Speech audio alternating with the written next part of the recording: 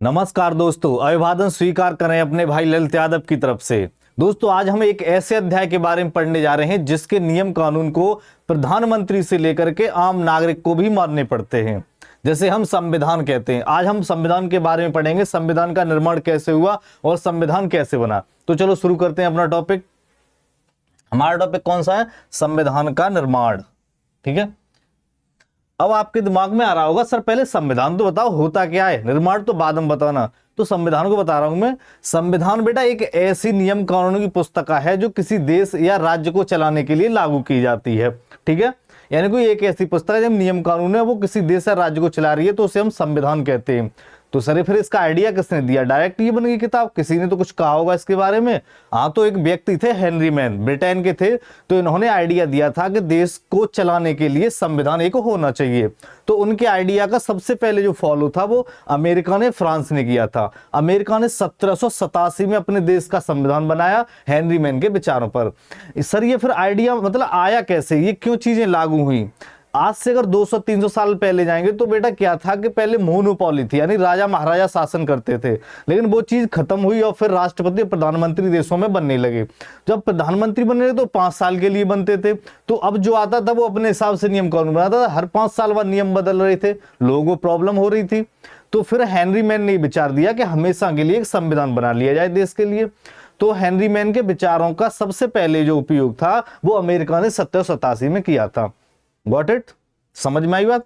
यानी कि अमेरिका ने इसका लागू किया। फिर भारत में ये चीजें भी आई, भारत आजाद हुआ 1947 में, भारत आजाद हुआ। तो फिर भारत ने भी अपने देश के लिए क्या संविधान का निर्माण किया।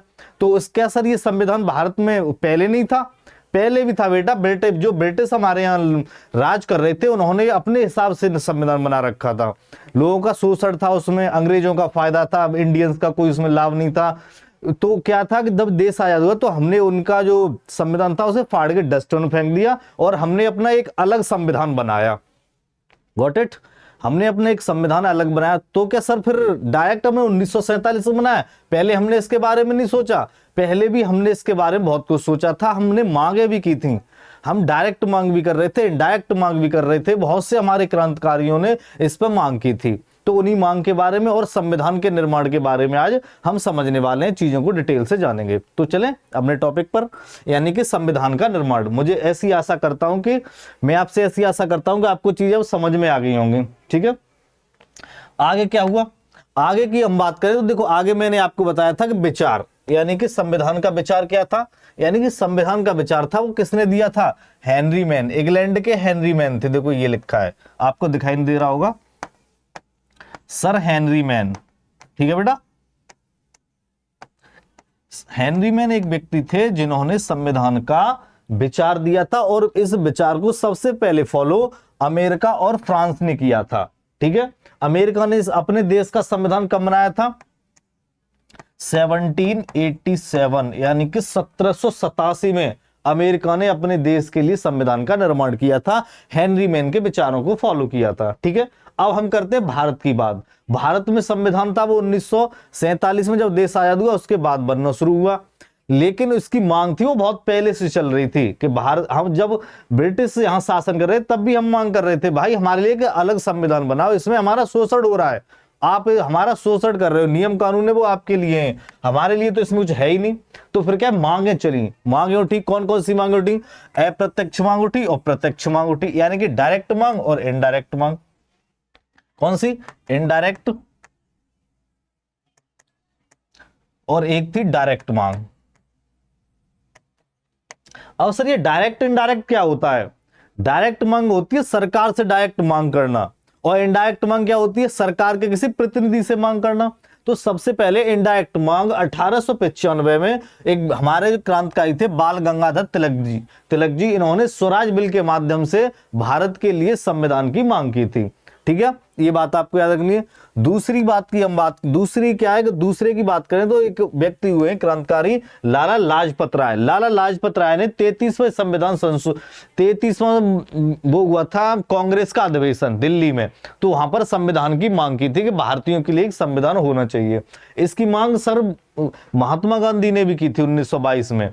उन्होंने ये कहा था कि जो भारतीयों के लिए संविधान होगा वो भारतीयों के अनुसार होना चाहिए। ऐसा नहीं है कि भारतीयों के लिए ब्रिटिश संविधान बनाने के बाद भी उसमें क्या है, सोसड़ी वाली चीजें अच्छी नहीं है भारतीयों के लिए। तो क्या है, 1922 में महात्मा गांधी जी ने मांग की और एक कथन दिया कि भारतीयों का संविधान भारतीयों की इच्छा के अनुसार ही होगा, ये नहीं कि ब्रिटिश अपने हिसाब से चीजें बनाए। 1927 में मोतीलाल नेहरू के द्वारा इसकी मांग की गई थी, इनडायरेक्टली मांग की गई थी। लेकिन जो गरम दल के नेता थे हमारे उस समय, एम.एन. रॉय जी, इन्होंने डायरेक्ट मांग की सरकार से, यानी कि हिंसात्मक तरीके, लड़ाई झगड़े मारकाट। ठीक है, कब? 1934 में। ठीक है, एम.एन. रॉय के द्वारा की गई। कहां से की गई? जेल से। देखो, जेल से ही मांग कर रहे हैं। जेल में ये गए क्यों? क्योंकि इनकी मांग कर रहे थे, लड़ाई झगड़े हो रहे थे, तो उसमें ये जेल गए थे और जेल से ये मांग कर रहे थे। ठीक है, 1937 की बात करें तो 1937 से पंडित जवाहरलाल नेहरू के द्वारा मांग की गई थी वयस्क मताधिकार के आधार पर। वयस्क मताधिकार क्या होता है? वयस्क मताधिकार का मतलब होता है वोटिंग के आधार पर, यानी कि जो नौजवान हैं और जो एज लोग हैं उनके वोटिंग के आधार पर, यानी कि जो व्यक्ति 21 साल से अधिक का है वो वोट अपना देगा और संविधान की मांग करेगा। लेकिन आज क्या है वयस्क मताधिकार की एज? आप कमेंट में बताएं। ठीक है, वयस्क मताधिकार की बात की। 1940 में अगस्त प्रस्ताव आया। 1940 में अगस्त प्रस्ताव, यानी कि खुद ही अब भारतीयों को संविधान सभा की डिमांड करने लगे, आप संविधान सभा बनाओ, हम आपके लिए संविधान का निर्माण करने को तैयार हैं। अब रीजन क्या था 1940 में? ये हमें खुद संविधान सभा का प्रलोभन दे रहे हैं। क्यों दे रहे हैं? क्योंकि 1939 से लेकर के 1945 तक दूसरा विश्व युद्ध चला था, तो उस दूसरे विश्व युद्ध में क्या है, भारतीय इनके साथ शामिल नहीं हुए थे, तो ये विश्व में अच्छी तरह से पिट रहे थे, मतलब हार रहे थे। तो ये प्रलोभन दे रहे भारतीयों को, भाई साहब कैसे हमारे साथ आ जाओ। भारतीयों ने मना कर दिया, भाई हम तुम्हारे साथ नहीं आएंगे, हमें आजादी चाहिए, हम अपना संविधान खुद बना लेंगे, हमें तुमसे संविधान नहीं चाहिए, हमें सिर्फ आजादी चाहिए, आजादी से कम पर कोई समझौता नहीं होगा। तो 1940 में अगस्त प्रस्ताव आया और भारतीयों को इसने भी प्रलोभन दिया कि हमारे साथ आ जाओ, हम तुम्हारे लिए संविधान सभा का निर्माण कर देंगे और एक अच्छा सा संविधान बना के देंगे। तो किस किसने मांग की? हम बात करें सबसे पहले 1895 में बाल गंगाधर तिलक जी ने की। ठीक है, बाल गंगाधर तिलक सबसे पहले बाल गंगाधर तिलक जी ने की। 1918 में लाला लाजपत राय ने की, लाला लाजपत राय। ठीक है, 1922 में गांधी जी ने मांग की। ये सारी इनडायरेक्ट मांग थी, गांधी जी ने की। ये क्या बेटा? इनडायरेक्ट मांग, यानी कि अप्रत्यक्ष, इनडायरेक्ट डिमांड। ठीक है, 1927 में मोतीलाल नेहरू जी ने मांग की।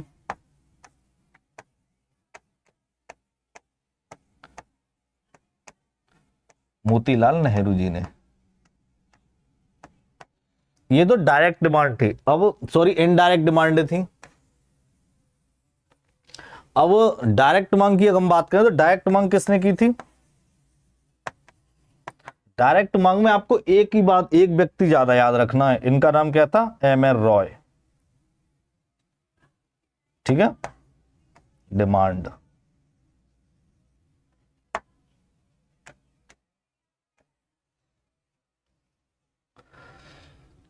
डायरेक्ट डिमांड की हम बात करें तो डायरेक्ट डिमांड में एक व्यक्ति याद रखना है, 1934 में एम.एन. रॉय। ठीक है, 1934 में एम.एन. रॉय को आपको याद रखना है, डायरेक्ट डिमांड और इनडायरेक्ट मांग। अब डिमांडें चलती रही, टाइम आ गया आजादी का, यानी कि आजादी से पहले का टाइम, यानी कि द्वितीय विश्व युद्ध खत्म हुआ। द्वितीय विश्व युद्ध में ये अच्छी तरह से परास्त हो गए, अब इनमें इतनी पावर नहीं रही कि ये इंडिया के लोगों को झेल सके। तो फिर क्या हुआ? फिर सरकार बदली, यानी कि चर्चिल जो प्रधानमंत्री था ब्रिटेन का, वो गद्दी से हटा और उनकी जगह पर एटली प्रधानमंत्री बने। तो एटली ने संसद में ये कहा कि हम भारतीय को आजाद करने की डिमांड, हम भारतीयों को आजाद करना चाहते हैं और आजाद कर देंगे उन्हें 1946 से पहले। तो उन्होंने क्या कि भारत को आजाद करने से पहले उन्हें संविधान सभा बनाने की मंजूरी दी, और वहां पर जो वायसराय थे हमारे इंडिया में, लॉर्ड माउंटबेटन, उनसे कहा कि भारतीयों के लिए संविधान सभा का निर्माण करो। तो पहले क्या है कि 1946 में सबसे पहले एक अंतरिम सरकार बनाई गई। अंतरिम सरकार के जो अध्यक्ष बने थे वो जवाहरलाल नेहरू जी बने थे। तो फिर जब जवाहरलाल नेहरू जी अंतरिम के अध्यक्ष बने, उसके बाद में फिर भारतीयों के संविधान सभा का निर्माण किया गया था। ठीक है, जब संविधान सभा का निर्माण किया गया तो बहुत सी चीजों को रखा गया। अब बहुत सी चीजें तैयार हुई, यानी कि कौन शामिल होगा, किसको रखा जाएगा, क्या क्या चीजें होंगी। तो उसके लिए फिर ये कहा गया कि हर 10 लाख व्यक्तियों पर एक व्यक्ति चुना जाएगा, यानी कि 10 लाख लोग वोटिंग करेंगे, जितने लोग चुनाव लड़ेंगे उसमें से जो जीतेगा वो संविधान सभा का हिस्सा होगा। तो ऐसे ही हमने पूरे देश में सबको शामिल कर लिया। 1 मिनट में पानी पी लूं।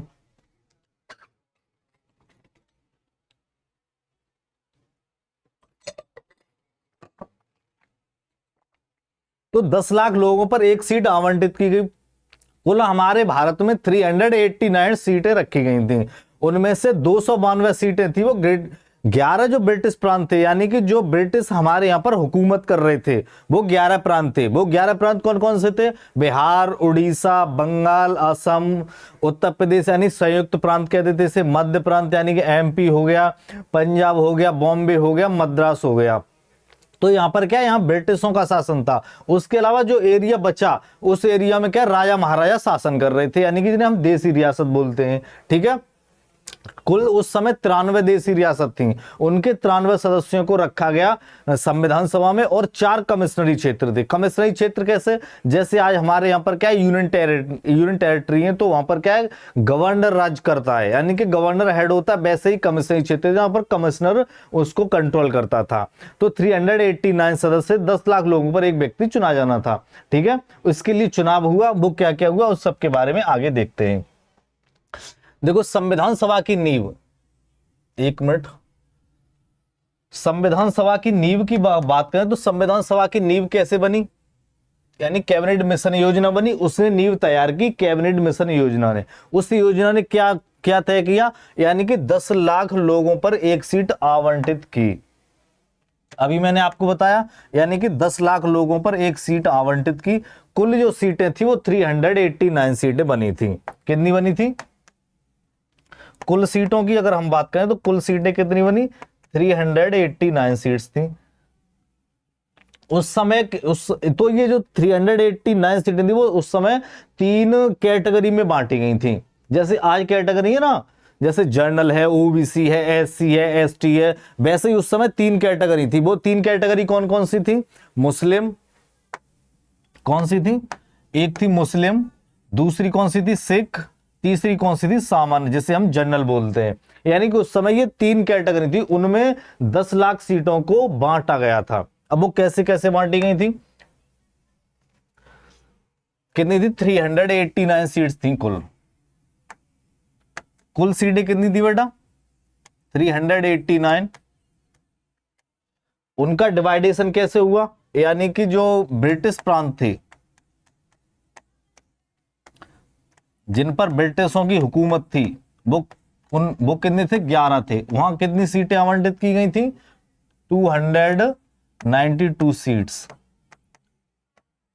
ठीक है, यानी कि 11 प्रांतों से 292 सीटें आई। ठीक है, उसके अलावा जो हमारे कमिश्नरी क्षेत्र थे वो कितने थे?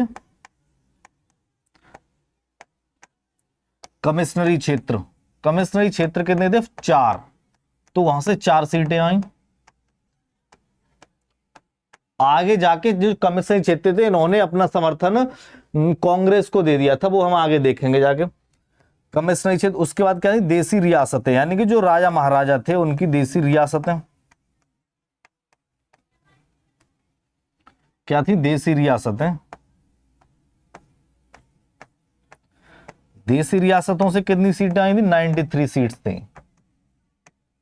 ठीक है, ये बात आपको याद रखनी, ये हम आगे फिर पढ़ेंगे।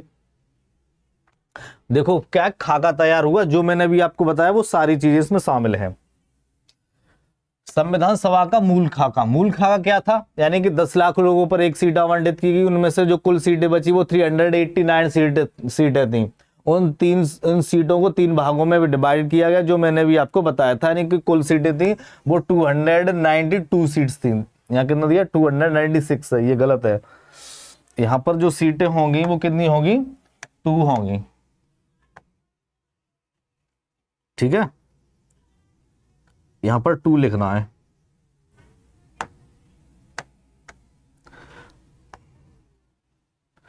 टू 292 सीट्स थी कुल। देशी रियासतों की कितनी थी, 93 सीट्स थी। 4 सीटें थी वो कमिश्नरी क्षेत्र से थी। वो कमिश्नरी क्षेत्र कौन सा थे, दिल्ली, अजमेर। 4 क्षेत्र कौन कौन से थे, दिल्ली हो गया, अजमेर, कर्नाटक यानी कुर्ग वाला क्षेत्र, और पाकिस्तान जो बलूचिस्तान में पाया जाता है। ये बाद में जब डिवाइडेशन हो गया था उसके बाद में पाकिस्तान में शामिल हो गया था, और भारत में सिर्फ ये 3 कमिश्नरी क्षेत्र रह गए थे। ठीक है, कितने क्षेत्र रह गए थे, कमिश्नरी क्षेत्र 3 रह गए थे। कौन कौन से थे, कौन कौन से थे, दिल्ली, कौन कौन से कमिश्नरी क्षेत्र थे,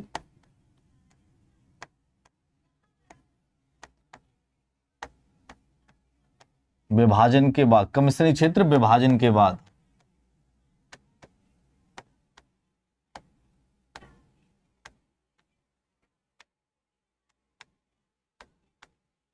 विभाजन के बाद कौन कौन से थे, पहला दिल्ली, दूसरा था अजमेर, और तीसरा कौन सा था, कुर्ग। कुर्ग कहां पाया जाता है, ये कर्नाटक में है। ठीक है, जो बलूचिस्तान था वो पाकिस्तान का हिस्सा बन गया आजादी के बाद में। आजादी के बाद में जब डिवाइडेशन हुआ, पाकिस्तान और भारत अलग हुए, तो बलूचिस्तान क्या हो गया, अलग हो गया। ठीक है, समझ में आ रहा है, तो वीडियो को लाइक करो, चैनल को सब्सक्राइब करो। Got it. नेक्स्ट, चुनाव की मैंने बात की थी, यानी कि जुलाई और अगस्त में चुनाव हुआ। कब हुआ, देखो जुलाई अगस्त 1946 में, यानी कि जब अंतरिम सरकार बन रही थी, तो अंतरिम सरकार में क्या है, चुनाव कराया गया। तब अब चुनाव कराने के बाद ही तो संविधान सभा बनेगी, ऐसा तो है नहीं कि किसी भी व्यक्ति को उसमें शामिल कर ले। तो चुनाव हुआ, चुनाव कब हुआ, जुलाई में, जुलाई और अगस्त में हुआ। रिजल्ट आया, रिजल्ट क्या आया, रिजल्ट आया नहीं कि कांग्रेस की 208 सीटें निकली। 208 सीटें नहीं थी, 204 सीटें थी, लेकिन जो 4 सीटें हैं वो 4 सीटें कमिश्नरी क्षेत्र वाली थी। उन्होंने भी अपना समर्थन कांग्रेस को ही दे दिया था।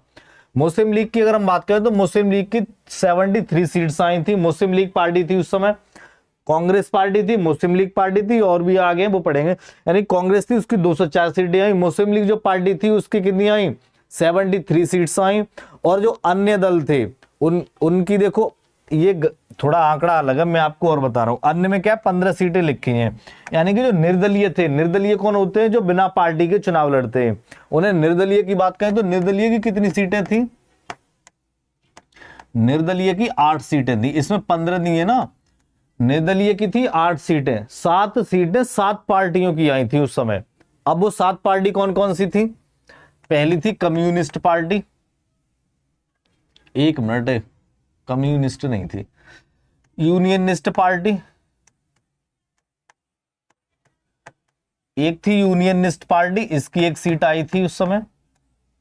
दूसरी थी unionist schedule party, unionist schedule party, ठीक है, यूनियनिस्ट शेड्यूल पार्टी, इसकी भी 1 सीट आई थी। तीसरी कौन सी थी, यूनियनिस्ट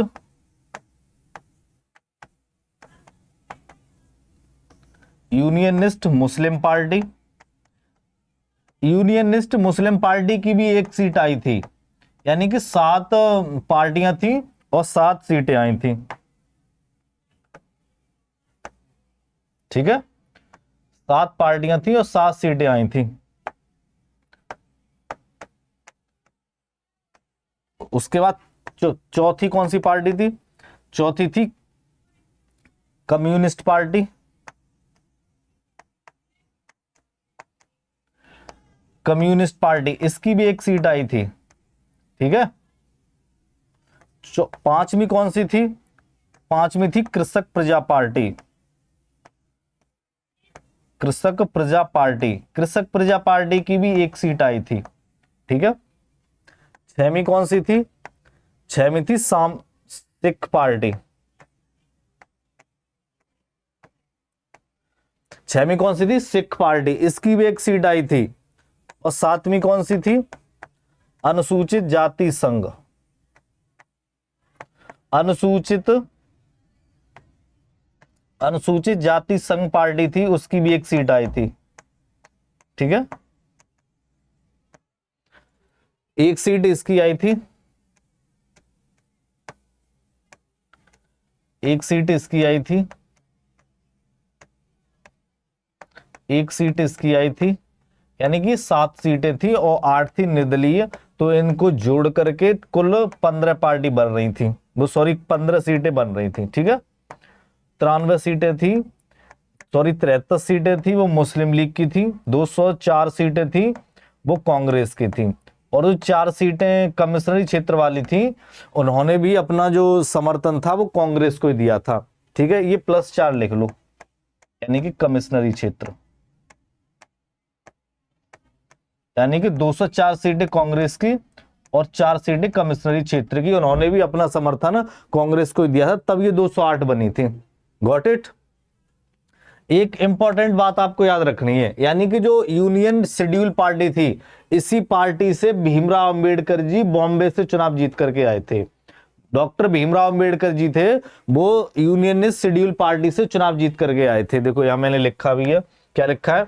डॉक्टर भीमराव अंबेडकर का चुनाव यात्रा क्या था? यूनियनिस्ट शेड्यूल पार्टी से पूर्वी बंगाल से चुनाव जीते, विभाजन के बाद यह क्षेत्र पाकिस्तान में चला गया, जिसके बाद बंबई प्रेसिडेंसी से चुने गए। यानी कि शेड्यूल पार्टी से चुनाव जीते थे बंगाल से, लेकिन जब भारत और पाकिस्तान का विभाजन हो गया तो जो बंगाल था वो पाकिस्तान में चला गया। जब पाकिस्तान में चला गया तो अब वहां तो बन नहीं सकते, फिर आकर के ये पूना सीट से लड़े थे, बॉम्बे में एक पूना सीट थी, वहां से चुनाव लड़े थे doctor Bhimrao Ambedkar ji unionist schedule party से, ठीक है। नेक्स्ट की हम बात करें तो नेक्स्ट हमारा क्या था? भारत की आवाज, यानी कि संविधान सभा की विधिता, यानी कि क्या क्या विधिता थी, कैसे कैसे संविधान बना। संविधान की हम बात करें तो संविधान में कुल हमने 389 पर्सन की बात कर ली, उसमें कुल 15 महिलाएं थी, 15 महिलाएं थी, 26 लोग हमारे एससी समाज के थे और 33 हमारे एसटी समाज के लोग थे। 15 महिलाओं में सबसे ज्यादा महिलाएं उत्तर प्रदेश की थी, 5 महिलाएं, ठीक है। संविधान पर 8 महिलाओं ने हस्ताक्षर किए थे, नहीं साइन किए थे, ठीक है। कुल महिलाएं कितनी थी? 15 सदस्य, यानी कि एससी के कितने लोग थे? 26 लोग। एससी के कितने थे? 33 पर्सन्स, ठीक है। हैदराबाद एकमात्र ऐसी रियासत थी जिसने संविधान सभा में भाग नहीं लिया था। सर्वाधिक सदस्यों की बात करें तो यूपी से आए थे 55 पर्सन्स। कहां से आए थे? सबसे ज्यादा जो संविधान सभा में व्यक्ति थे वो कहां से आए थे? 55 व्यक्ति थे यूपी से, जिसे हम संयुक्त प्रांत, यानी कि यूपी को उस समय संयुक्त प्रांत के नाम से जाना जाता था, तो सबसे ज्यादा थे वो यूपी से आए थे। महिलाएं कितनी थी? महिलाएं थी कितनी? 15, ठीक है। उसके बाद क्या हुआ? उसके बाद दूसरे पॉइंट की अगर हम बात करें तो दूसरा पॉइंट क्या होगा? यानी कि हैदराबाद एक मात्र रियासत थी जिसका कोई भी सदस्य संविधान सभा में भाग नहीं लिया था। हैदराबाद रियासत ने संविधान सभा में भाग नहीं लिया था, ठीक है। संविधान सभा में इसने भाग नहीं लिया था।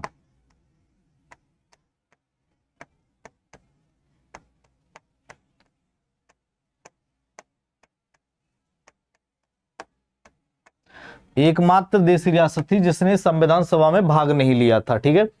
देशी रियासतों की बात करें तो मैसूर रियासत थी, उसके सबसे ज्यादा सदस्य थे। कितने थे? 7 सदस्य मैसूर रियासत, ठीक है। ये बात भी आपको याद रखनी है। हैदराबाद का कोई भी सदस्य इसमें शामिल नहीं हुआ था। एक इंपॉर्टेंट बात आपको लिखनी है नोट डाल के। कौन सी बात है वो? यानी कि गांधी जी, जेपी नारायण और क्या नाम था उनका, मोहम्मद अली जिन्ना और तेज बहादुर सप्रू, यानी कि 4 लोग थे, इन्होंने संविधान सभा में भाग नहीं लिया था। ये बहुत ही इंपॉर्टेंट पॉइंट है, यानी कि गांधी जी, जयप्रकाश नारायण, मोहम्मद अली जिन्ना और तेज बहादुर सप्रू, इन्होंने क्या है कि संविधान सभा में भाग नहीं लिया था। उसके बाद इसके पहले कदम की बात करें तो इसकी जो पहली बैठक हुई थी संविधान सभा, यानी कि संविधान सभा के लिए सदस्य चुन गए, इलेक्शन हो गया, रिजल्ट आ गया, पार्टियों के सदस्य चुन गए। अब क्या है, अब इसकी बैठक होनी थी। पहली बैठक इसकी 9 दिसंबर को हुई थी।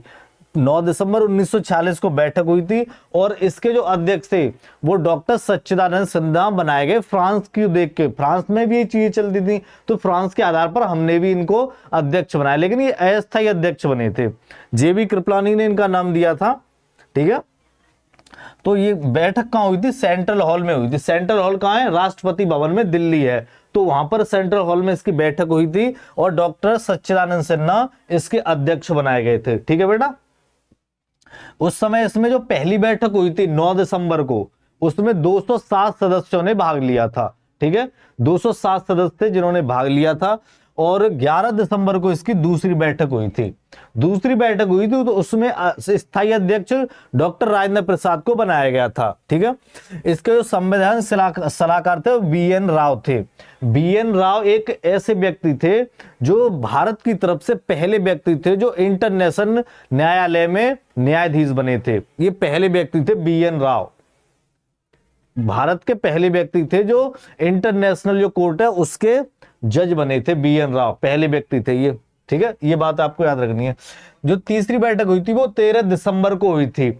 इस बैठक में जवाहरलाल नेहरू जी ने उद्देश्य प्रस्ताव दिया था। उद्देश्य प्रस्ताव क्या था, उद्देश्य ये था कि हमें संविधान का निर्माण करना है और फिर जब प्रस्ताव पास हो गया तब 22 जनवरी 1947 को संविधान लिखना शुरू हुआ था।